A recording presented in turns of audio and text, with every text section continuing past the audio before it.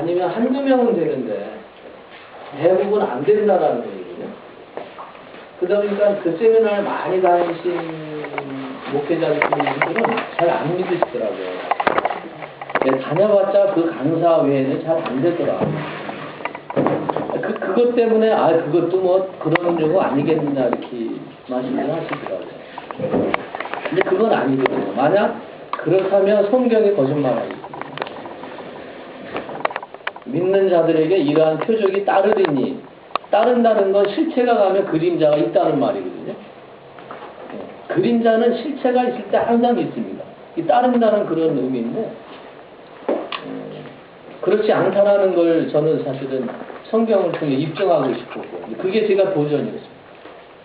제 어머니의 제 어머니가 57에 돌아가셨는데, 일찍 빠졌습니다. 그래서 질병에 대한 도전을, 물론 다른 분도 있지만 굉장히 강하게 도전을 받았어요. 사실 제 어머니의 질병을 통해서 제가 성령의 강한 체험을 사실 했어요. 그 계기에 대해서 이 은사적인 부분이 있고요. 근데 제가 이제 개인적으로 간암 환자들은 의외로 기도할 때 빨리 치유가 일어나는 걸 경험인데, 그 왜 그런가 하고 제가 생각해 보니까 제 어머니가 간암 환자였거든요. 그걸로 더 기도하게 되는데 그게 더 강한 것 같아요. 근데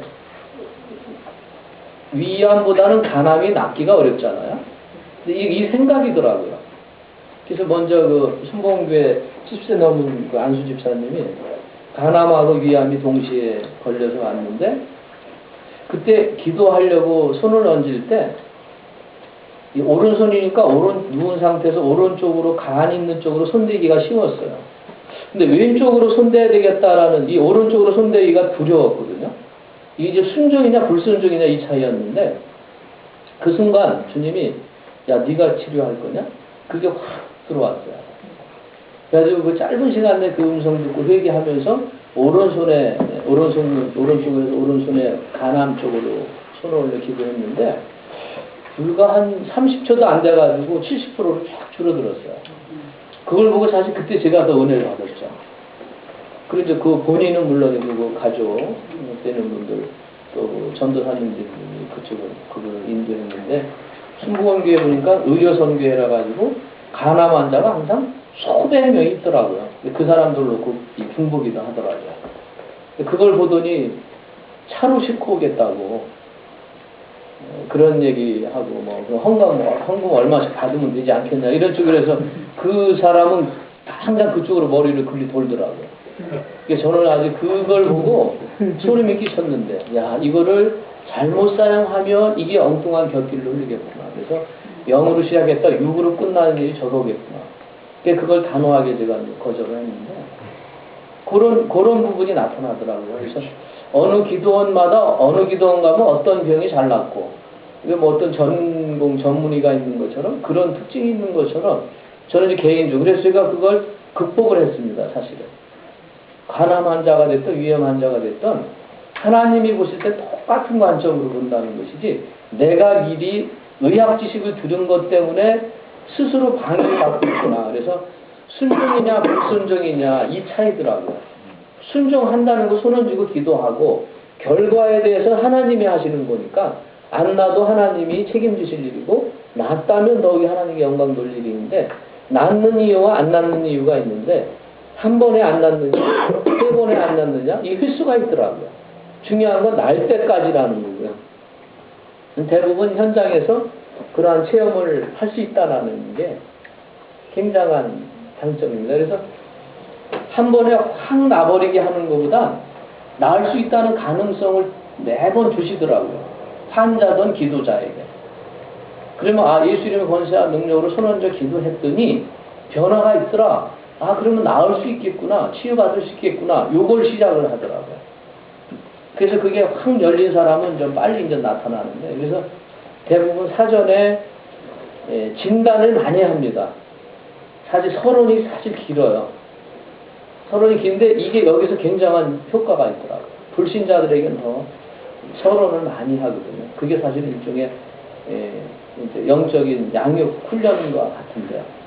마음이 자꾸 열리도록 하는 것이고, 그래서 충분히 그 사람의 그 마음의 상태를 주님이 터치하면서 그가 막 기도받고 싶도록 할 때까지는 그게 필요하더라고요.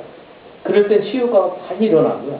그러한 마음의 준비 없이 한 경우 좀 더디 일어나는 이 차이는 있더라고요. 근데 치유는 일어난다는 거죠. 치유는 일어난다는 게 굉장히 중요하더라고요. 그러니까 어떤 때는 되는데 어떤 때는 안 된다.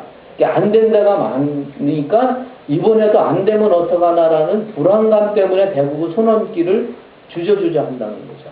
이게 사실은 이 사단에 속고 있는 거거든요. 그래서 그러한 부분들을 좀 극복하는데 이 혼자는 안 되니까 동역하면 훨씬 더 잘 되거든요. 공유하고요. 그래서 훨씬 이 문제를 서로 자연스럽게 오픈하고 저쪽에 남해 쪽에 본 통합중 목사님들이 5분이 하셨습니다.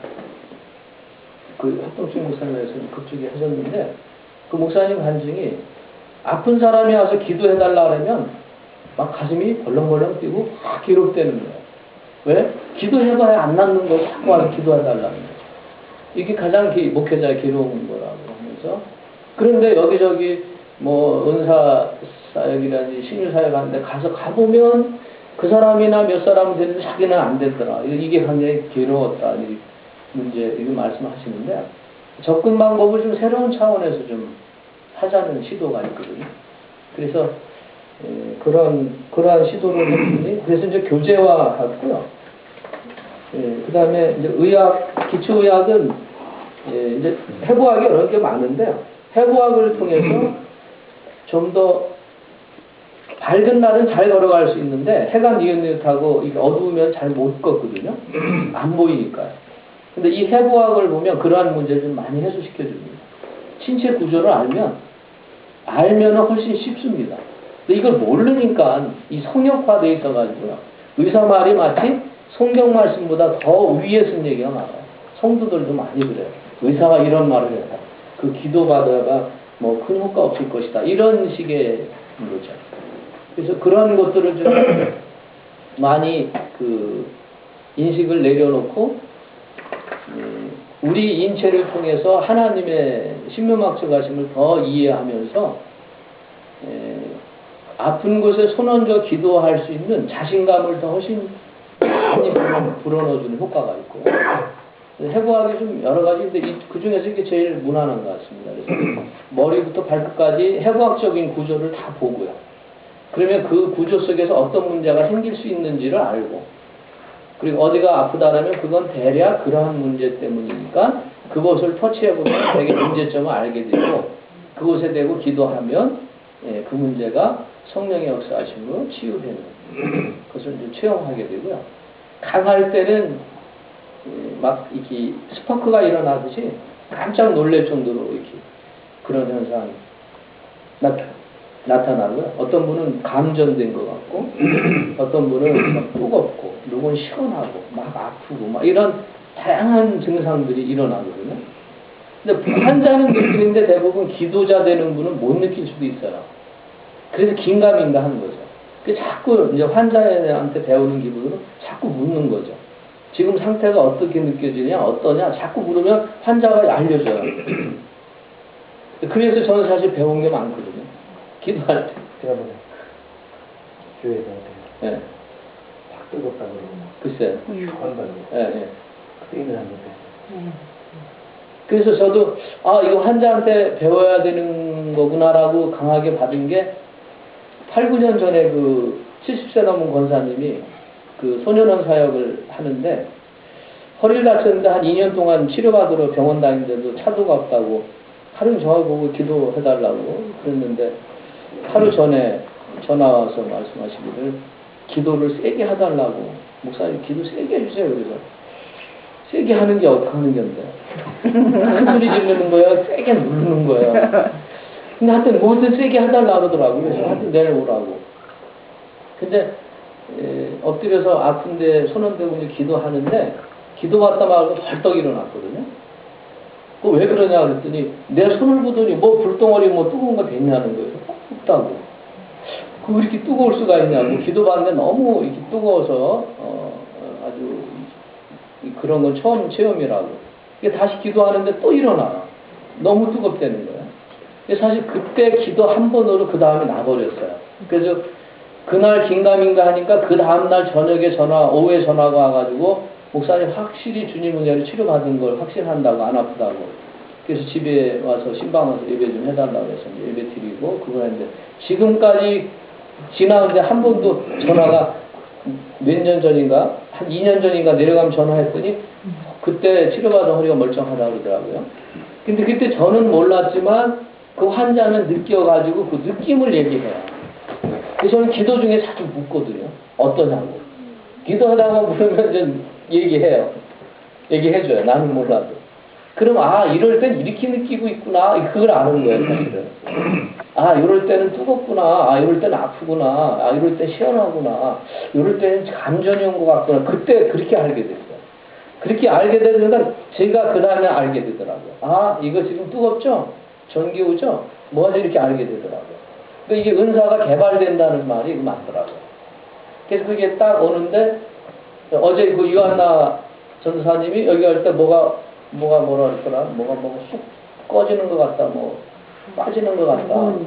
저기 최다이가 이렇게 딱 떨어진 것 같아요. 떨어진 것 같다고 그러거든요. 근데 저도 뭐가 확 나가는 것 같더라고요. 확 나가는 것 같아서 역시 그랬는데 동시에 이제 느끼더라고요. 그걸 고백을 하시더라고요. 엊그제 오신 여기 여자 전사님 한 60 가까이 되신 분인데 그분도 약을 위장약하고 이 장이 안 좋아서 먹은 약이 한 5, 6년이 된대요. 먹을 때뿐이 계속 그렇다 이거예요. 근데 거의 다 제가 체험하긴 그렇고 성경적으로 그렇고 이유 없는 반복적인 질병은 어떤 그 병을 주는 그 악한 영의 역사다라고 보면 거의 맞더라고요.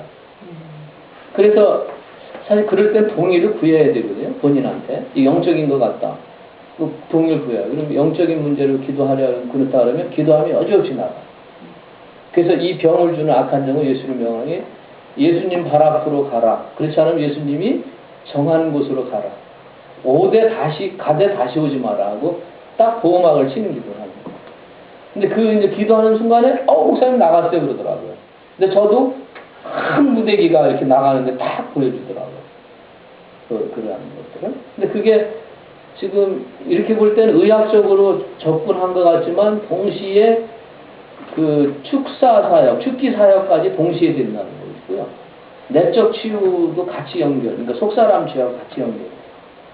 그래서 내적 치유가 안 될 때 축기 사역하면 잘 치유가 되고, 축기 사역할 때 내적 치유라면 훨씬 더 잘 되고요.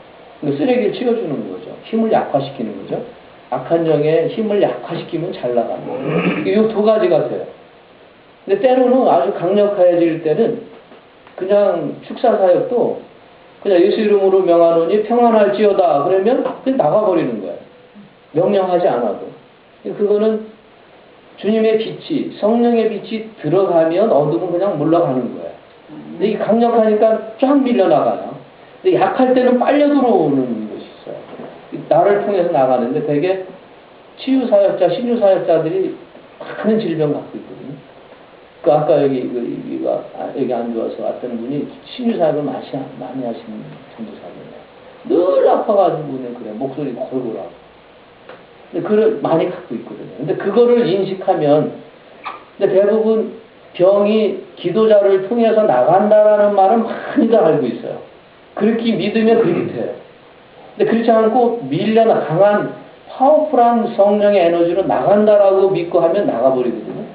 굉장히 중요한 전환점이에요. 근데 대부분 제가 만난 그 대다수 분들 중에서 치유사역 하시는, 신유사역 하시는 사역자들 중에서 거의 다 병을 나를 통해서 나간다라고 말을 해요. 이게 나가면 좋은데 안 나가거든요. 이게 정거장이거든요. 여기에 문제가 있더라고요. 그래서 반대로 생각해라. 밀려나간다. 그러니까 분명히 갈 곳을 정하라. 성경에서도 보면 돼지떼에게 나가게 하는, 묻잖아요. 그러니까 예수님이 돼지떼에게 보내거든요.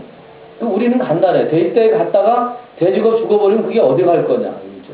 중요한 거예요, 영적인. 그럼 가까운데 어떠한 그 법적인 그 어떠한 정당성을 가지고 또 들어오거든요. 그래서 되게 부모한테 들어왔던 그 병을 주는 악한 영은 자녀들에게, 가족들에게 가거든요.